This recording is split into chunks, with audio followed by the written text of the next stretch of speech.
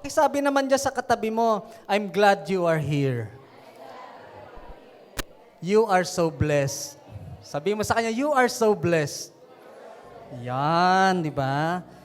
Sino po ba dito ang nagsasabing, blessed na blessed ako ngayon? Amen? At sino po ba ang nagsasabi dito ngayon na napakabuti ng Diyos sa buhay ko? Say hallelujah! Hallelujah! Sino po ba nagsasabi dito na hindi nagpabaya ang Diyos sa akin kahit kailan? Say hallelujah!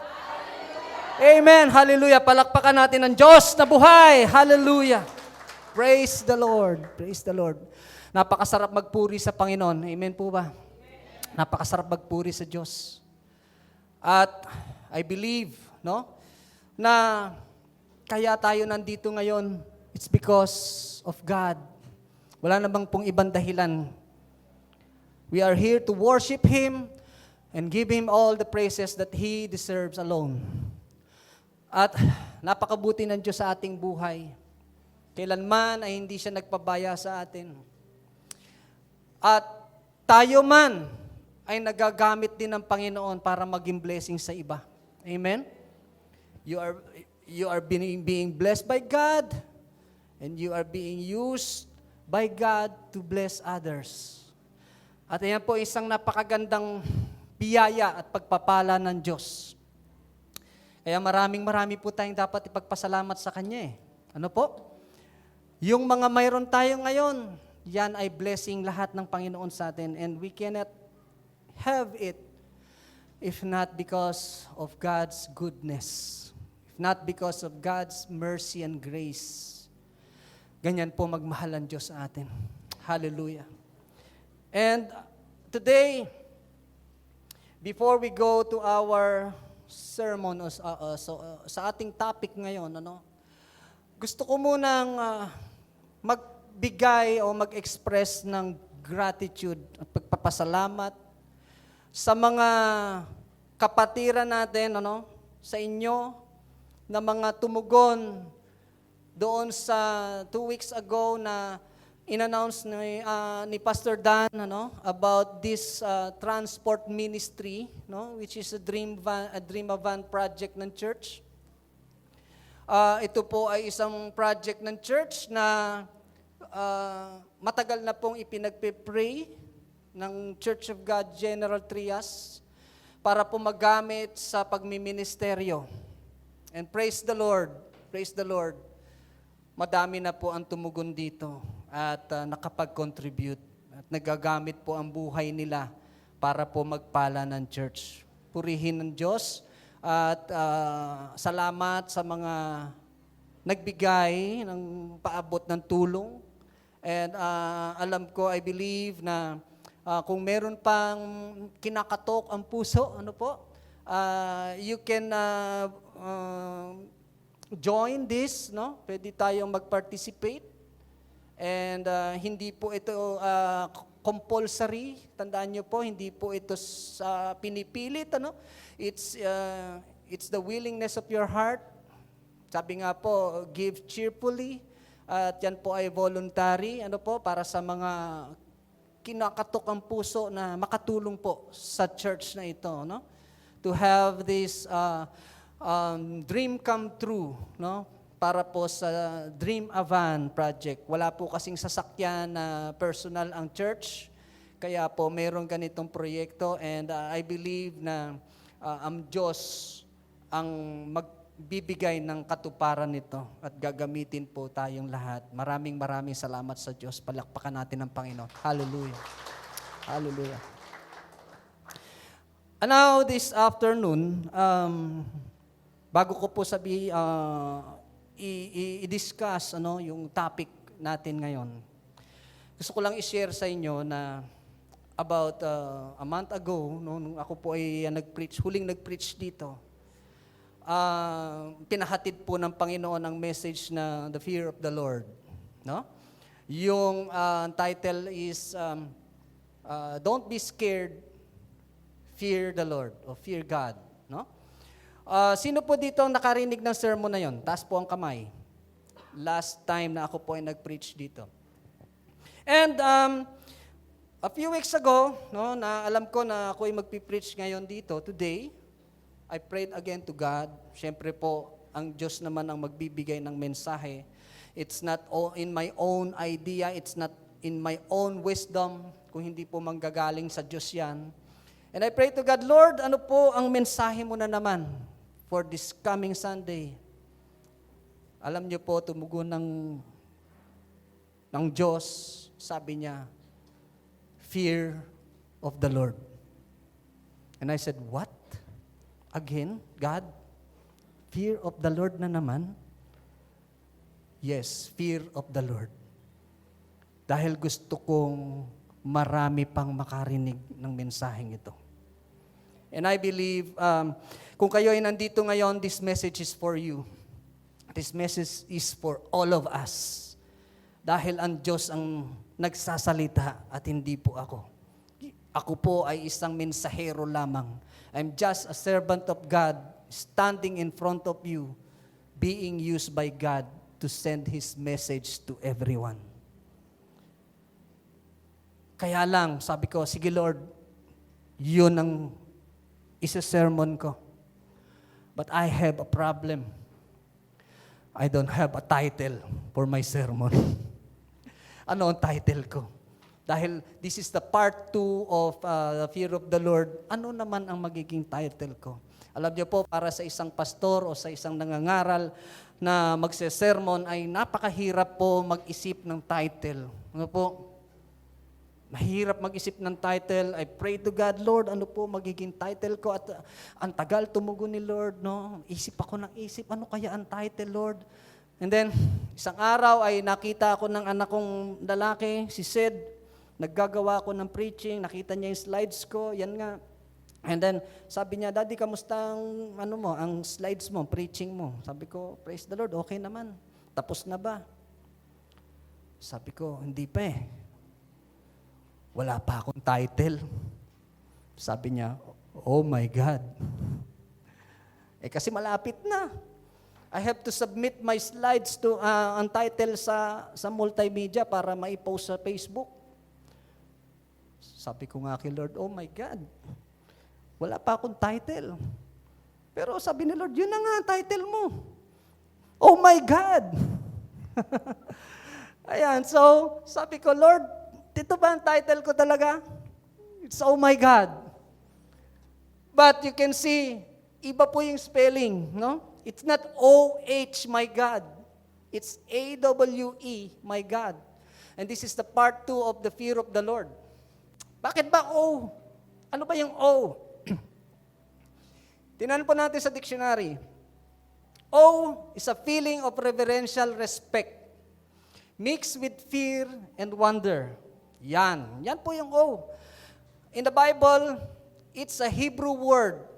Is yirah. No? Yirah. Pronounced as yirah. Yan pala ang O. No? It's a reverential respect mixed with fear and wonder. So nandun pa rin yung fear of the Lord. Oftenly directs translates into fear, like fear of the Lord, and it can also mean respect, reverence, and worship. In Tagalog, respeto, paggalang, pagsamba. Ayan. So yan ang gusto ng Lord na iparinig pa rin sa ating lahat. It's the fear of the Lord. It's about the O yung respeto natin sa Kanya. Why?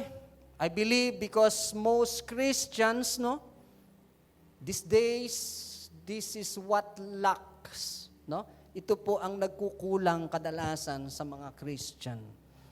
Sinasabi natin na we are Christian, I am a Christian, I am a born-again Christian, I was baptized, no? I go to church every Sunday, I go to church every midweek service, I do the Bible study, I listen to the Word of God, I do the devotion, pero kung minsan ito po ang nagkukulang sa atin, the awe of God. No? As human beings, we are weak, no?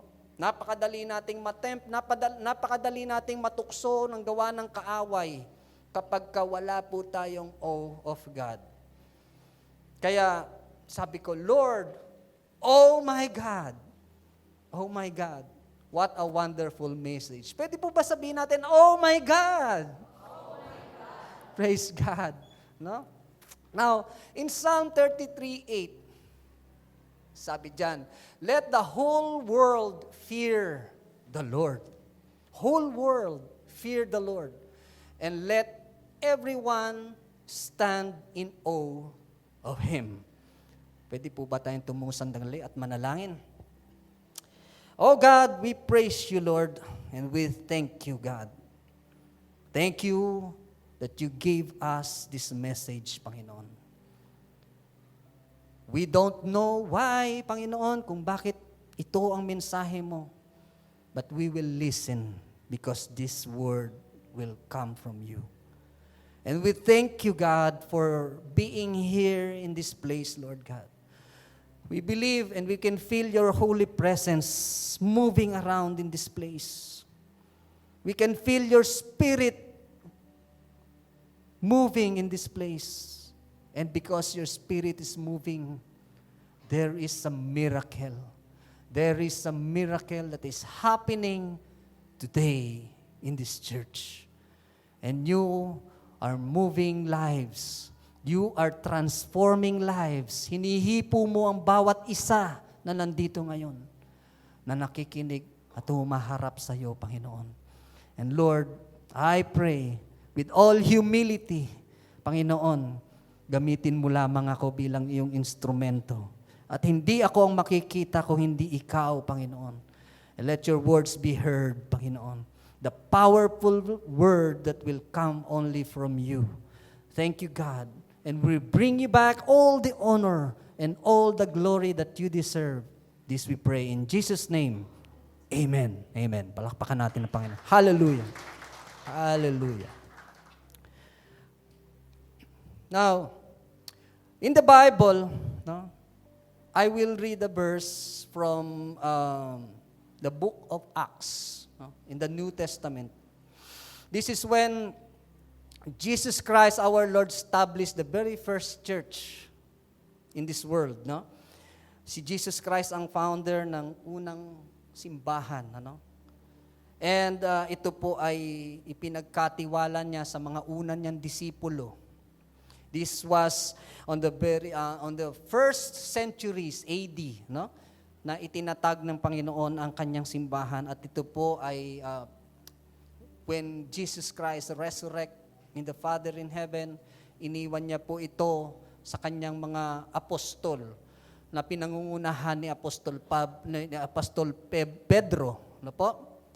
Nina John and the rest of the apostles.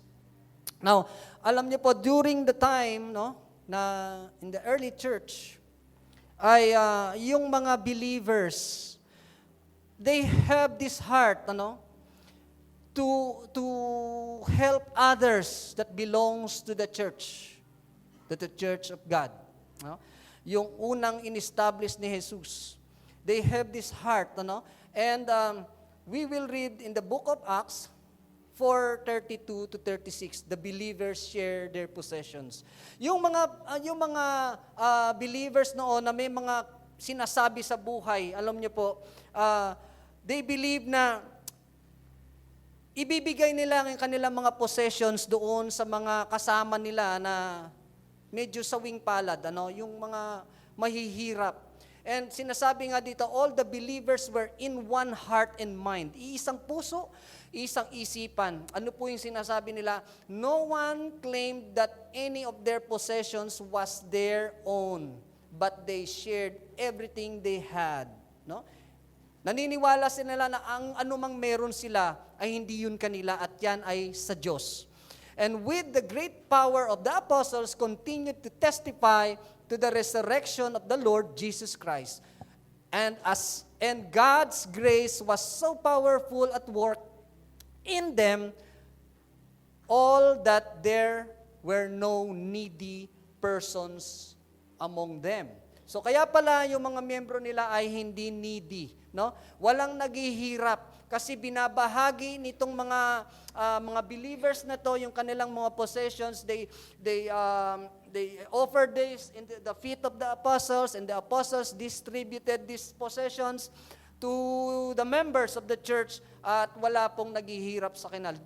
Those are the days, no, in the early church. Now, from time to time, those who owned the land or houses sold them, no, brought the money from the sales and put it in the apostles' feet, and it was distributed to anyone who need. No? Binibigay nila ito sa mga nangangailangan, yung mga mahirap, yung mga walang-wala, yung mga sawing palad, ano? Kaya pinagpapala nila, they are being a blessing to others. And now, Joseph, a Levite from Cyprus, whom the apostles called Barnabas, which means son of encouragement. Medyo naputol po yung verse diyan. Siya po ay ginamit ng Panginoon, sold a field he owned and brought the money and put it in the apostles' feet. So yan si Barnabas, yung kanyang mga possessions ay ibinenta niya, sold a field he owned and brought the money and put it on the apostles' feet. No? Now, tutuloy po natin. In the book of Acts pa rin, nasa chapter 5, verses 1 to 11. At ito po ay patungkol po sa mag-asawang ito, named Ananias and Sapphira. Continue, now a man named Ananias, together with his wife Sapphira, also sold a piece of property. Wow, nagbenta rin sila. With his wife, full knowledge, he kept back part of the money for himself, but brought the rest and put it in the apostles' feet. No, itong mag-asawang ito ay nag-sell down ng possessions nila, nagkaroon sila ng pera, and then ibinigay nila, sinabi po dyan, kept back part of the money. So, ibig sabihin po, yung kanilang dinideclare doon, na ito yung ibinigay nila, pero hindi po pala lahat ibinigay. No? Sinasabi lang nila na ito yun. So, ibig sabihin, meron pong kickback. Ano po? Kickback. Now, tuloy po natin. Then Peter said, Ananias, how is it that Satan has so filled your heart that you have lied to the Holy Spirit and have kept yourself some of the money you received for the land? Wow, alam ni Peter. Bakit? Kasi si Peter ay anointed ng Holy Spirit. Although hindi nila sinabi, secretly yon, no? Nagkaroon ng conspiracy itong mag-asawa na wag nating sasabihin ito. Pero alam ni Peter, bakit niya nalaman? Because he is anointed by the Holy Spirit. At ang Holy Spirit ang nagsabi kay Peter ng katotohanan. And sabi po ni Peter, didn't it belong to you before it was sold? And after it was sold, wasn't the money at your disposal? What made you think of doing such thing? You have lied not lied just to human beings, but to God. Alam niyo ba, sabi ni Peter, alam mo ba, hindi ka lang sa tao nagsinungaling, ikaw ay nagsinungaling sa Diyos. No? And when Ananias heard this, nung narinig ni Ananias, sinabi ito ni Peter, he fell down and died.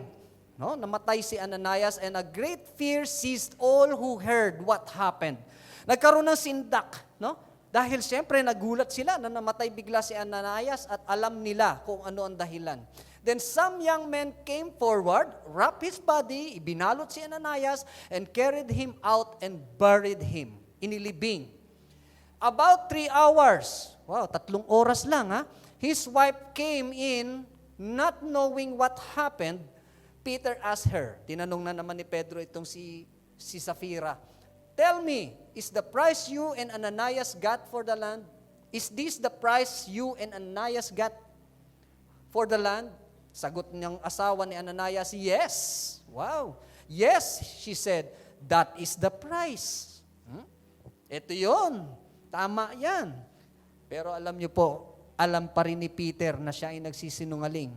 Peter said to her, how could you conspire No? Bakit kayo nagkaroon ng pagkakasundong ganyan to test the Spirit of the Lord? Listen, the feet of the men who buried your husband are at the door, and they will carry you out also. Yung mga naglibing sa asawa mo, yan din ang bubuhat sa'yo para ilibing ka. And that moment, she fell down. Namatay din ito at his feet and died. No?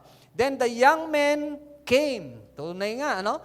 Then the young men came, finding her dead, carried her out, and buried her beside her husband. Again, great fear seized the whole church and all who heard about these events. So hindi lang yung church ang nagkaroon ng great fear sa nabalitaan nito, kung hindi all who heard about this event. Hindi lang yung mga taga-church, lahat po, no, nang nakarinig ng pangyayaring ito ay nagkaroon sila ng matinding sindak, no, at pagkatakot. Now, ano ang gusto sabihin ng Panginoon dito? Being in the awe of God implies that we have a respect toward Him as well as an attitude of worship and admiration. Yan po, ano? Yung awe of God pala implies na meron tayong, respeto sa Diyos. Na po? Sabihin nga natin, respeto. Meron tayong tinatawag na respeto as well as an attitude of worship.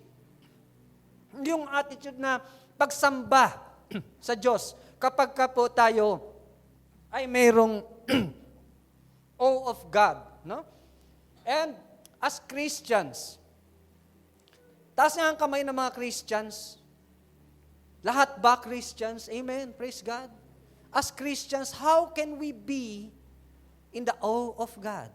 Yan po ang tanong sa ating lahat. As a Christian, paano ba tayo naandun sa fear of the Lord? Paano ba mo nasasabi na ikaw ay mayroong mataas na pagsamba, mataas na paghanga, mataas na pagrespeto sa Diyos na may likha sa atin? I have 4 points, no? And number 1 is, the eyes of the Lord is always with you. The eyes of the Lord is always with you. Do we believe na ang mata ng Diyos ay lagi nakatingin sa atin? Amen. Ang mata ng Diyos ay palaging nakatingin sa atin. The eyes of the Lord is always with you. And God sees everything. We cannot trick Him. Alam niyo po, si Ananias at si Sapphira is not aware of this. Hindi nila alam. No? They don't have the fear of the Lord. They don't have the fear of the Lord. Kasi hindi nila dadayain ng Diyos. Hindi sila magsisinungaling kung alam nila, if they are aware that God sees them. No? Marami po sa atin ang ganito. No?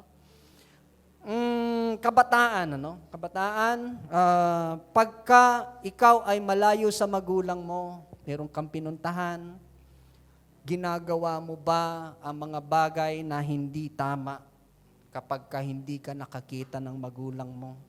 No? Kung minsan, ganun po tayo, no? Kapag hindi tayo, ang sa tingin natin ay walang nakakakita sa atin, hindi po tayo napipigilan, ano, sa paggawa ng mali.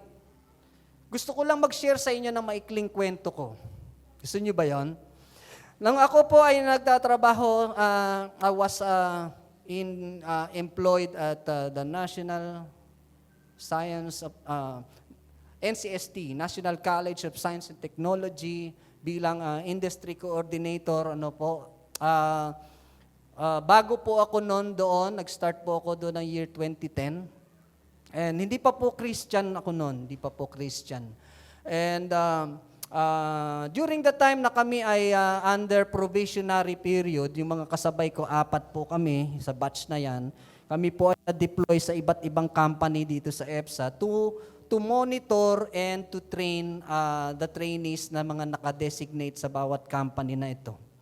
And during our first week, na-deploy kami sa company, kaming magkakatropa, mga batchmate ko doon, ay gusto namin lumabas para kumain, no? Magla-lunch out kami. At iiwanan namin ang aming posting, no? Yung aming lugar kung saan kami naka-duty. Sabi namin, 12 o'clock naman labas tayo, kain tayo sa SM. So, nag-lunch kami. And then, nawili kami, lumampas kami sa oras. Dapat supposed to be 1 hour lang ang break, pero lumampas po ang alauna, nandun pa rin kami, no? Namamasyal. And inabot kami ng 2:00 ng hapon, sabi na ang iba, okay lang yan. Hawak naman natin ang oras natin, di naman tayo nakikita ni ma'am, no? Yung aming center manager. And then, maya-maya, nag-ring ng phone nung kasama ko. Naku, si ma'am. Sabi namin, wag mong sagutin. So, ni-reject yung call. And then, hindi niya matawagan yung isa, tinawagan yung isa. No? And then, ni-reject. Tapos, nung tinawagan yung isa, sabi namin, sige, sagutin mo na nga. Nung sinagot niya, sabi agad sa kanya, nasan kayo, ha? Sabing ganon. Isipin mo, isang cellphone lang, isang tao tinatawagan niya, pero ang tanong niya, nasaan kayo? Yon. Tapos, hindi siya makasagot, bigla naman tumugtog tong here at SM, we got it all. Paano ka pa makakapagsinungaling nun, di ba? We got it all, di ba? Di ako nagpo-promote ng ng department store.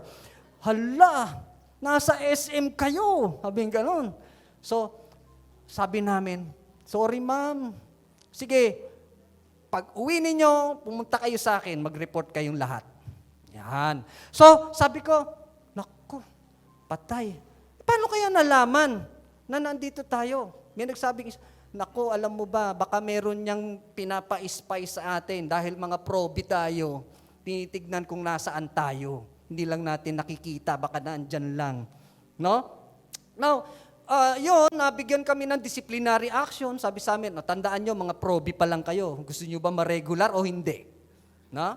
So, kaya po, nagkaroon kami ng fear. No? Nadala kami. No? Sabi kasi namin noon, wala naman nakakakita eh.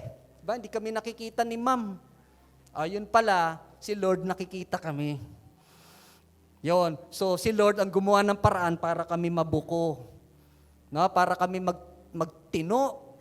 Kaya, sabi ni Lord, wag kayong mandadaya ng oras, binabayaran kayo. No? Yon. So, in short, sabi nga po, dapat gagawin mo ang tama, may nakakita man o wala. Pero actually, hindi wala, may nakakakita. Si Lord po yun, nakikita niya tayo. And number 2, ito muna, in Jeremiah 16:17, my eyes are on all their ways. They are not hidden from me, nor is their sin concealed from my eyes. Yan. So, mahiya ka naman. Kasi sabi niya dito, my eyes are all on their ways. Yan. And God sees all your deeds, or our deeds and iniquities, and nothing is hidden from Him. So, ang Diyos daw po ay nakikita ang lahat ng ating deeds, ng ating mga ginagawang mabuti, and even yung mga mapagkakamali natin, wala pong naitatago sa ating Panginoon. Wala. And in 1 John chapter 3 verse 20, NLT version, even if we feel guilty, God is greater than our feelings. He knows everything. Because omniscient God is a term that describes God's ability to know absolutely everything. Tingnan natin to. Absolutely everything. Lahat. Kahit nandun ka pa sa CR, alam ni Lord yan. No? Kahit saan ka magpunta, kahit anong ginagawa mo, alam ni Lord yan. Natutulog ka, alam ni Lord yan. No? Si Lord hindi natutulog. Ano panaginip mo? Alam ni Lord yan. Kasi sabi dito, God knows everything. He knows everything. No? He knows everything. Kahit yung mga guilty feeling mo, nagkamali ako, nagigilty ako. Pero sabi diyan, God is greater than our feelings. No? Mas matindi pala si Lord, no? Yung feelings mo, mas matindi pa, mas alam niya ang feelings mo, kung ano nararamdaman mo ngayon.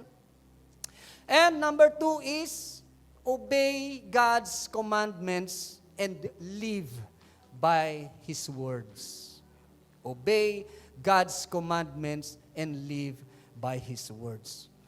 Sadly, minsan, may mga Kristiyano po na sinasabi na ako ay nag-church, ako ay Christian, but ang hirap para sa kanya na sumunod sa gusto ng Diyos at hindi po na ipamumuhay ang salita ng Diyos.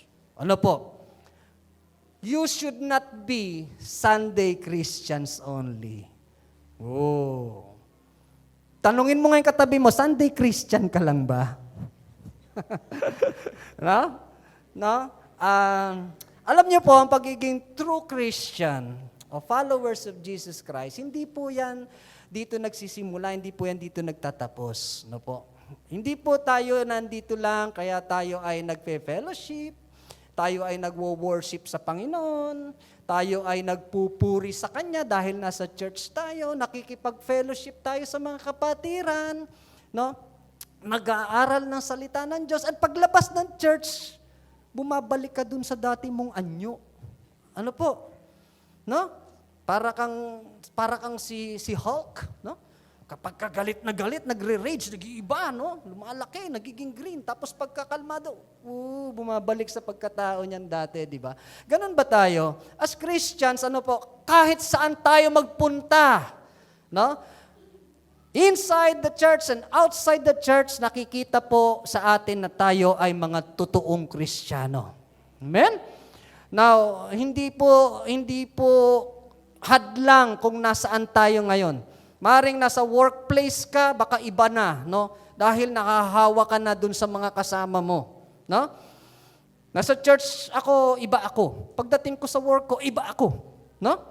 Tapos, pag nandun ka sa school mo, estudyante, dahil yung mga barkada mo ay ganito, join ka, no? Kahit na masama ang kanilang pinupuntahan. Pero pagdating linggo, balik ka dito. Tama po ba? No? O kaya ikaw ay plain na nasa bahay lang, no? Lalabas ka, doon ka sa kapitbahay mo. Pagka nandito ka, ang pinag-uusapan nyo si Lord. Pagdating mo doon sa kapitbahay mo, pinag-uusapan mo buhay ng kapitbahay mo, no? Nagmamarites ka, no? Sana pagdating mo doon sa kapitbahay mo, ay mamarites mo word of God. Amen? Mas maganda po 'yon. Pag-usapan natin si Lord, di ba? Alam nyo ang buti ni Lord, di ba? Yung mga ganon. So, as a Christian, no, we should obey God's commandments and live by His words, no? Pamuhay po natin ang salita ng Diyos. Kaya nga po ginawa ito ng Panginoon eh. Ang scripture po ay hindi lang para ito ay alikabukin sa bahay, no, ang Bible. Hindi po ito para lang basahin natin nang wala po tayong hindi po natin ina-apply sa ating buhay. Kaya po may sinulat ito, no? At ito po ay breathed by God. Hiningahan po ito ng Panginoon at binigyan ng buhay upang tayo ay sumunod sa mga sinasabi niya. Amen? Bilang magulang, gusto mo ba na ang anak mo may inutos ka, may sinabi ka, hindi siya susunod sa'yo? Di ba, siyempre kung magulang ka, gusto mo, pag sinabi mo sa anak mo, ganito gagawin mo, para sa'yo din naman yan, sa kabutihan mo, gusto mo susunod siya sa'yo. At pag sumuway sa'yo ang anak mo, ano gagawin mo? Di ba? Magagalit ka. No? You will have punishment, ano? Para siya magtanda, para hindi niya naulitin yun. Tama? Now, ang gusto ng Panginoon, bilang siya ay ating ama, tayo mga anak, tayo ay susunod sa Kanya. Amen po ba? Amen. Now, 1 John 2, 5-6. But if anyone obeys His word, love for God is truly made complete in them. This is how we know we are in Him. Whoever claims to live in Him must live as Jesus did. Yan. So kung sino daw ang nagsasabi na mahal ko ang Diyos, ay sumusunod sa Kanya. Tama po ba? Maraming nagsasabi, I know God. Kilala ko ang Diyos. Alam ko may Diyos. Mahal ko ang Diyos. Pero ang hirap sumunod sa gusto ng Diyos. Ano po? And sabi diyan, this is how we know we are in Him. Kung ikaw ay talagang na kay Kristo, whoever claims to live in Him, namumuhay ka talaga. Sabi mo, sumusunod ka kay Lord. Dapat, paano tayo mamuhay ay katulad nung namumuhay si Jesus Christ. Paano po ba mamuhay si Jesus Christ na sinasabing gayahin natin? He obeys what His Father wants Him to do. No? He obeys God's commandments. Sumusunod si Jesus Christ. Kaya nga po doon sa Gethsemane, di ba? Nung bago siya hulihin at ipako sa krus, di ba sabi niya, pwede ba, Ama, lampasan ko na lang to?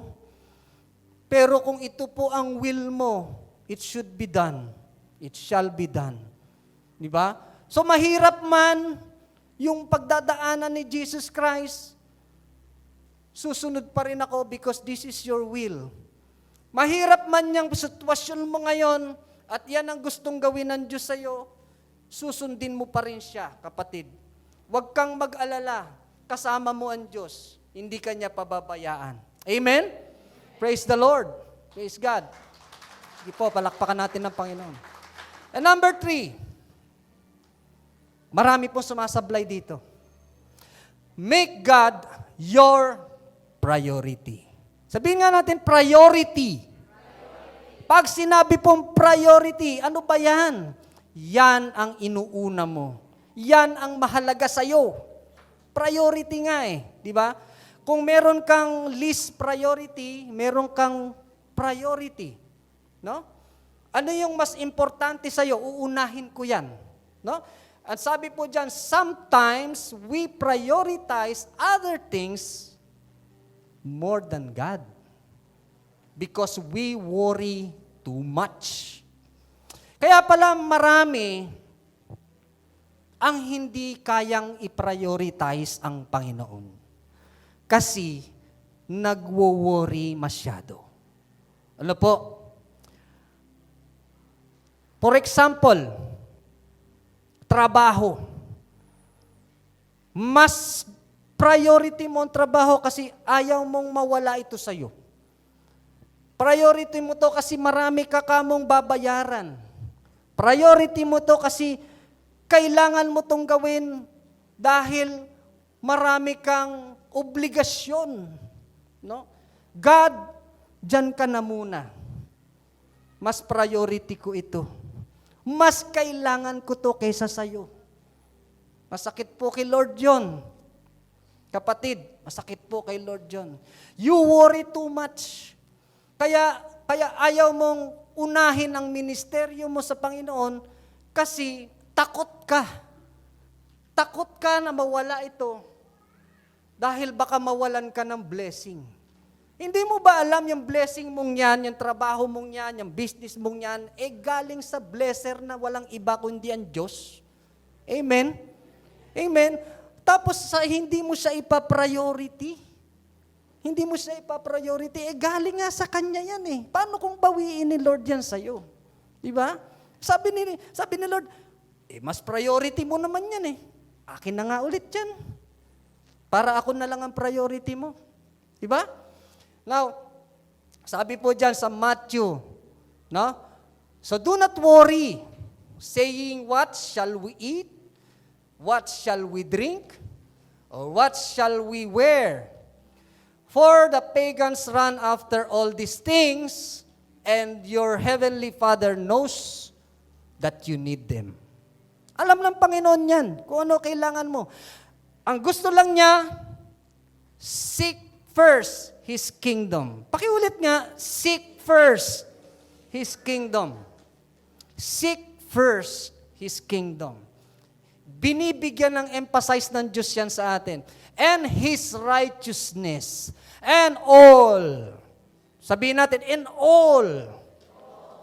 all these things will be given to you as well. Ano yung all na yan? Lahat. Hindi sinabi ni Lord, eto, bibigay ko sa'yo, konti lang. Ito lang, ito ba kailangan mo? Hindi muna lahat, ito muna Partial, susunod yung iba. No? Sabi niya, seek first. Unahin mo ang kaharian ng Panginoon at lahat naman yan, ibibigay ko sa iyo. Amen to that. Amen? Kung talaga po tayo nagtitiwala at nananampalataya sa Diyos, dapat po natin tandaan ito. No? Tandaan natin ito. Gusto ko lang ulit mag-share sa inyo, maikli lang. No? Nung ako po ay nagtatrabaho, that was way back, I think mga 2017, ano? Nagtrabaho po ako sa realty. Ako po ay nag-start as agent, no? Nung, alam niyo 'yon, mga properties. And then na-employ ako sa isang developer, no? I would not mention the name of the developer, pero malaki po itong kumpanya. At na-promote po ako bilang sales manager at nagkaroon po ako ng mga sales agents under me, under my management. At sabi po ng aking boss, no, yung aming broker, kailangan nag-duty ka ng Sunday. So, nasa ministry na po ako noon. Sabi ko, ma'am, pwede ba hindi muna ako mag-Sunday? Kahit mag-overtime ako ng regular days, wag lang po Sunday. Bakit? Kasi po meron akong tungkulin kay Lord pag Sunday. At binigay ko na po yung Sunday para kay Lord. Sabi niya, ganun ba? Hindi ka ba nahihiya niyan yung mga agent mo na pasok ng Sunday, ikaw hindi? O nga no, sabi kong ganun. Hindi ko naman pwede sabihin sa mga agent ko, wag na kayong magtrabaho lahat ng linggo, magsimba na lang kayo, ha? Di nawalan naman ng tao. Ano po? No, that's why I decided and I prayed to God, Lord, ito ba para sa akin talaga? Kung hindi ito para sa akin, take it away from me. So, nag-resign po ako. Nag-resign ako dahil mas priority ko si Lord. At naniniwala ko, kaya namang ibigay ni Lord yung nawala sa akin dun. Amen? And now, ito na naman si ako. Nag-apply na naman ako sa ibang trabaho. Ito po ay subcon ng Globe, no? That was year 2019. Nag-start ako doon, no, as a team leader. So, mayroon din ako mga hawak na mga agents. And then, 6 months probationary, again. At kailangan ko na naman mag-duty ng Sunday. No? Kailangan ko na naman mag-duty ng Sunday dahil doon daw maraming customer. Dahil walang trabaho yung iba. So sabi ko, ito na naman, mayroon na naman akong struggle. Lord, ano bang gagawin ko? Kinausap na naman ako ng boss ko. Sabi sa akin, Derek, hindi ka ba mag-duty talaga ng linggo? Sabi ko, sir, pwede ba hindi na muna, spare mo na lang sa akin yan. Sabi kong ganun, hindi talaga ako pwede pag Sunday eh. Priority ko pa rin si Lord, no? And then, nabalitaan ko, nagmarites sa akin, sabi sa akin, hindi ka daw mariregular. Kasi hindi ka nag-duty ng linggo. Sabi ko, di wow. Di sige. Sabi kong ganun. And then, alam nyo, ginawa ko, inunahan ko na hindi ako ma-regular. Ginawa ko, nag-file na ako ng resignation. At the 5th month ko, kasi 6 months, tatanggalin na ako. So, in the 5th month, nag-file na ako ng resignation. Sir, I resign. Sabi ko, inunahan ko, pero hindi niya alam ko na hindi ako ma-regular. Kasi po, naniniwala ko na pag inuna ko si Lord, He will provide everything. Amen? Hindi ako natakot. Dahil mas natakot ako kay Lord. Mas natakot ako kay Lord. No? At alam ko naman ang kayang gawin ng Panginoon. Sabi po dyan sa Matthew again, 6:24, no one can serve two masters. Ito pa, no one can serve two masters. Either you will hate the one and love the other, or you will be devoted to the one and despise the other. You cannot serve both God and money. Don't let money control you. You control the money. Minsan po kasi ganyan po, napapakontrol tayo sa pera. Ano po? Nagpapakontrol tayo sa pera. At kasi kailangan naman talaga natin yan. Paano natin mabibili mga bagay-bagay na kailangan natin kung wala tayong pera? Kaya lang ang sinasabi po dito, do not let the money control you. You will control the money. Yun po. Sinabi na, you cannot serve two masters. No? Hindi ka pwedeng sumamba sa Diyos at sasambahin mo rin ang pera. Okay lang na kumita ka, okay lang maghanap buhay ka, lang wag laman too much na halos dinudiyos mo na ang pera. Ano po? Minsan kasi ganon, kaya mo nang ipagpalit ang panahon mo sa Diyos para lang sa pera.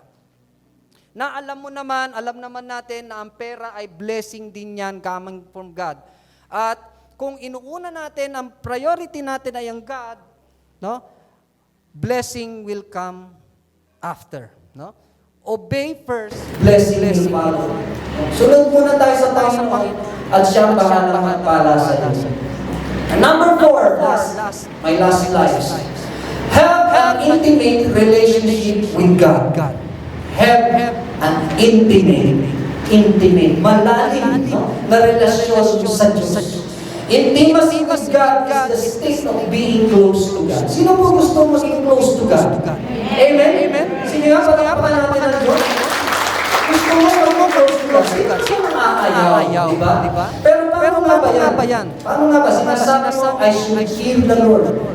Kapag mahal mo ba ang Diyos, matatakot ka sa Kanya. No? Patulad ko po, no? May asawa ako, mahal ko si misis ko. Matatakot ka ako sa Kanya. Iba po yung isapan na yan. No? Kasi kaya sinasabi na, you should have fear of the Lord. You should have fear of the Lord. That is a reverential fear. Ano po? May reverence tayo, may awe of God. Yan nga po yung sinasabi na, this is a holy fear. No? Hindi ka natatakot na para siya na ikaw ay paparusahan. God is love. Mapagmahal ng Panginoon. Ang mga sins mo, kaya niya patawarin yan. Kaya lang sinasabi po dito, we should have the fear in Him for us to have an intimate relationship with God. Kapag kasi meron kang takot sa Diyos, meron kang malalim na relasyon sa Kanya. Amen? Di ba kung kayo ikinasal, mahal mo yung asawa mo, you have an intimate relationship with her. Dahil ang Diyos, bakit gusto niya na tayo ay magkaroon ng relationship sa Kanya? Because we are the bride of Jesus Christ. No? We are the bride of God. Yan po yung and He is the groom. No? Kaya kung tayo ay naging Kristiyano, tayo ikinasal sa Diyos, tayo po ay mayroon ng intimate relationship with God. At ayaw niya, kung meron kang relasyon, kapatid sa Diyos, ayaw niya yung lalayo ka sa Kanya. Tama ba? Kung meron kang relationship, ayaw mo na nang malalayo siya sa Diyos. Ayaw mo iiwan Kanya. Gusto mo ba may karelasyon ka, meron mahal sa buhay, iiwan ka? Diba? Ang gusto ng Diyos, we will be close to Him. Sinabi nga po sa James 4:8, come close to God, and God will come close to you. Wow, diba? Wash your hands, you sinners, purify your hearts, for your loyalty is divided between God and the world. Ayaw ng Diyos na nitibay ang ating katapatan sa dalawa. Ayaw ng Panginoon tayo na mamangha sa dalawang ilog. Ang gusto niya siya lang. God is a jealous God. Remember, ayaw niya tayong sasamba sa ibang Diyos. Siya lamang ang Diyos na ating sasambahin. Siya lamang ang i-worship natin. Hindi po natin i-worship ang pera. Hindi po natin i-worship ang treasure. Hindi po natin i-worship ang mga sarili natin. Hindi po natin i-worship ang kalinuhan natin. Ang mga possessions natin. Ang i-worship po natin ay ang nag-iisang Diyos lamang. Hallelujah. Praise the Lord. Because you are close to God, He wants you to be His friend. Gusto niyo ba friend Jesus Christ? Ay, friend kita. No? Sabi po sa John 15:15, you are my friends. Kayo. Sabi ni Jesus Christ, you are my friends if mayroong if. Kaibigan kita, pero if you do what I command. Malinaw po ba sa atin yan? You are my friends if you do what I command. Kaibigan kita kung. Pero, susunod ka muna sa akin. I no longer call you servant. Hindi na kita servant. Because a servant does not know what is master's business. Instead, I have called you friends. For everything that I learned from my Father, I have made known to you. Kaya nga po Jesus Christ is the truth. Siya po ang katotohanan. At yung katotohanan na yan ay galing sa Diyos Ama. Ang mga salita ng Diyos ay hindi itinatago ng Diyos sa ating lahat because we are friends of God. We have a relationship with God. Ang gusto ng Panginoon, mayroong relasyon sa Kanya at ang mga salita ng Diyos ay ibabahagi sa iyo para ikaw ay maligtas. Amen? For you to be saved. For you to be saved. At hindi ka niya natatawagin servant. Kung meron kang close relationship sa God, He will call you friend. Amen? He will call you friend. Ang sarap-sarap sabihin na kaibigan ko ang Diyos. Tropa ko ang Diyos. Tropa ko sa Jesus Christ. Lahat ng problema ko, kaya ko sabihin sa Kanya. At alam ko, hindi ako iiwanan ng kaibigan ko. Walang iba kundi si Jesus. That is if you do what I command. Gusto ng Diyos, susunod ka sa akin. We know the commandments of God. Hindi po ulit sa atin. Gusto po niya, sundin po natin. And it's for our good sake. Hallelujah. Nakikita niyo po yung picture na yan, ng mga lasinggero. Siguro hindi niyo masyado makikilala yung naka-encircle na yan.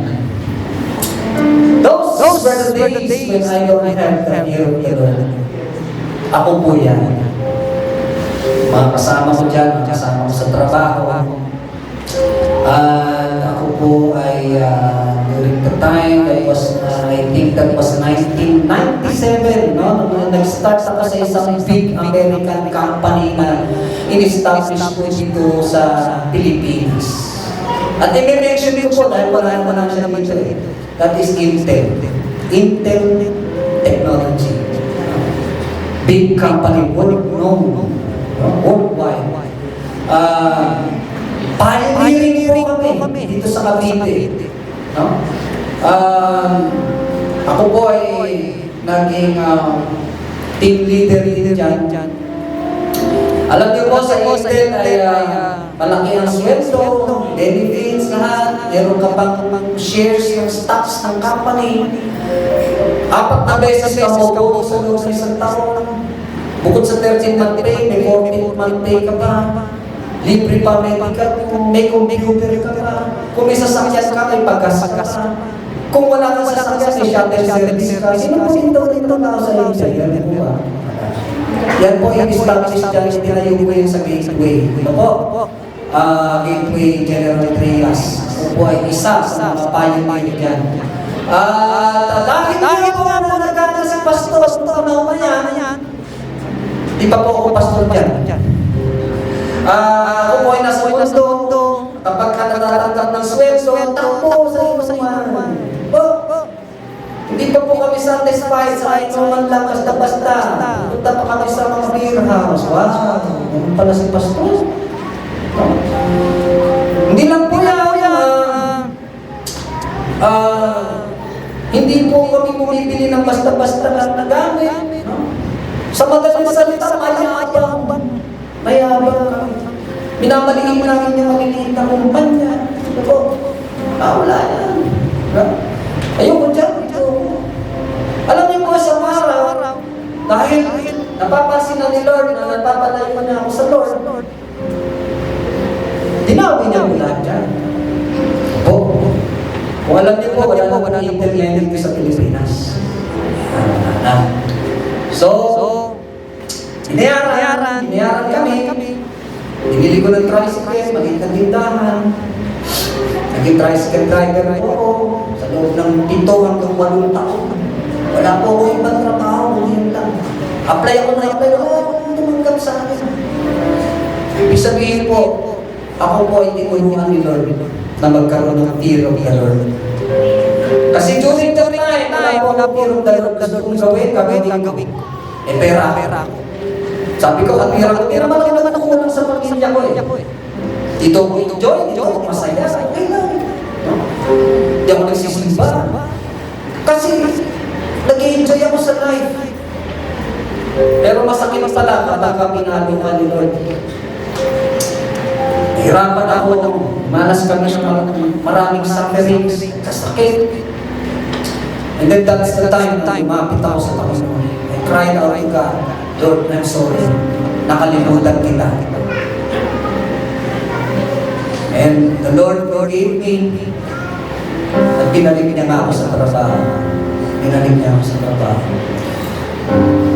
At salamat. Dahil hanggang sa ngayon, although ako po ay nag-full-time pastor, ang Diyos po ay nananatiling tapat sa inyong lingkod. Kailanman ay hindi nagpapabaya ang Diyos Sa taong nagmamahal sa Kanya ng totoo. Kailanman ay Hindi magkukulang ang Diyos sa iyo. Basta tapat ka na Basta tapat ka sa Kanya. at mayroon kang banal na pagkakataon. Sabi nga kanina ni Pastor Jan, kailanman ay ang Diyos sa atin. Kaya tayo nandito ngayon. Dahil tayo ay pinagpapala ng Panginoon. Maring may mga pinagdadaanan tayo sa buhay. Yes, trials. Pero kayang-kayang lampasan yan, kapatid. I will tell you.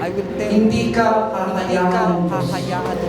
Kung ikaw madapa, tatayo ka ng Panginoon. Dahil lumalapit ka sa Kanya. Dahil ikaw ay nananalangin. Ikaw ay nananampalataya sa Kanya. Sa Kanya lang. At sa Kanya lang. Walang iba. You will place your trust in Him. You will pray to Him earnestly with your whole heart. Serve Him only. Worship Him only. And God will never leave you nor forsake you. Hallelujah. That's the challenge for all of us. Let us stand in awe of Jesus Christ. Manatili tayo na mayroong banal na pagrespeto sa ating Diyos. And His complete and perfect love. May the remembrance of what our eyes have seen and our hearts have felt increase our amazement at the Savior's atoning sacrifice, which can heal our spiritual and emotional and help us draw closer to Him. Pwede na po tayo makatayo. Hallelujah. Kapatid, kung sinasabi mo na mahal mo ang Diyos. Mahal mo ang Diyos. Naniniwala ka sa Kanya. Alam mo may Diyos. You're a Christian. Of course. Pero ask yourself. Ask now yourself. Question yourself. Do I have the fear of the Lord? Do I owe God? Do I have the awe of God? Do I have respect? Sa lahat ba ng ginagawa ko kayo? Ginagawa ko ang gusto niyang gawin ko. At hindi ko naman ayaw niya na gawin. Sinusunod ko ba bawat sinasabi ng Diyos? Ask yourself. You know yourself. Kilala mo sarili mo, kapatid. At kilalang mo. Remember, God sees you. God knows your heart. God knows better your feelings than you do. Mahal ka ng Diyos. Mahal ka ng Diyos. At ang gusto niya, Ang gusto niya, you will be close to Him. close to Him. But But you will go close to Him. Gusto nga ng Diyos na malapit siya sa'yo. malapit siya sa'yo. Pero ikaw naman ang Pero ikaw lumalayo. naman ang lumalayo. Remain in Him. Remain. And He will remain. He will remain. Sinabi po ni Jesus Christ, I will remain in I you. will remain. Remain in me. Remain in and I me. will remain in I you. will remain. Hallelujah. And as the praise and worship sings the song, pwede po nating sabayan. Nating sabayan. At kung gusto po natin lumapit sa Panginoon, this altar, this is open. This is open. You can pray to God. You can pray to Suko God. mo lahat ng Suko yan. mo lahat ng yan. Surrender yourself to Surrender God. yourself to Everything. God. Everything. Ipanalangin mo sa Diyos. Ipanalangin mo sa Diyos. Sabay-sabay natin Sabay-sabay natin manalangin. Lalapit tayo sa Diyos. Lalapit tayo We sa will Diyos. draw We near will to God. draw near to God. Go close. Go close to God. Closer to God. Closer to God. Lalapit tayo sa Kanya Lalapit ngayon. tayo sa Kanya ngayon. At itataas natin ang Taas lahat natin ang lahat ng ating mga gusto. ng ating mga gusto. Lahat ng ating mga dinadalangin sa Diyos. Dinadalangin sa Diyos. Taas natin yan sa Lahat Kanya. ng mga Lahat ng mga pain, sufferings mo, iwan mo sa Panginoon iwan yan. mo sa Panginoon yan. And He will hear your prayers. Hallelujah. Giving is part of worshiping. To all who desire to give, you may give your tithes and offering through online bank transaction. Details are provided below.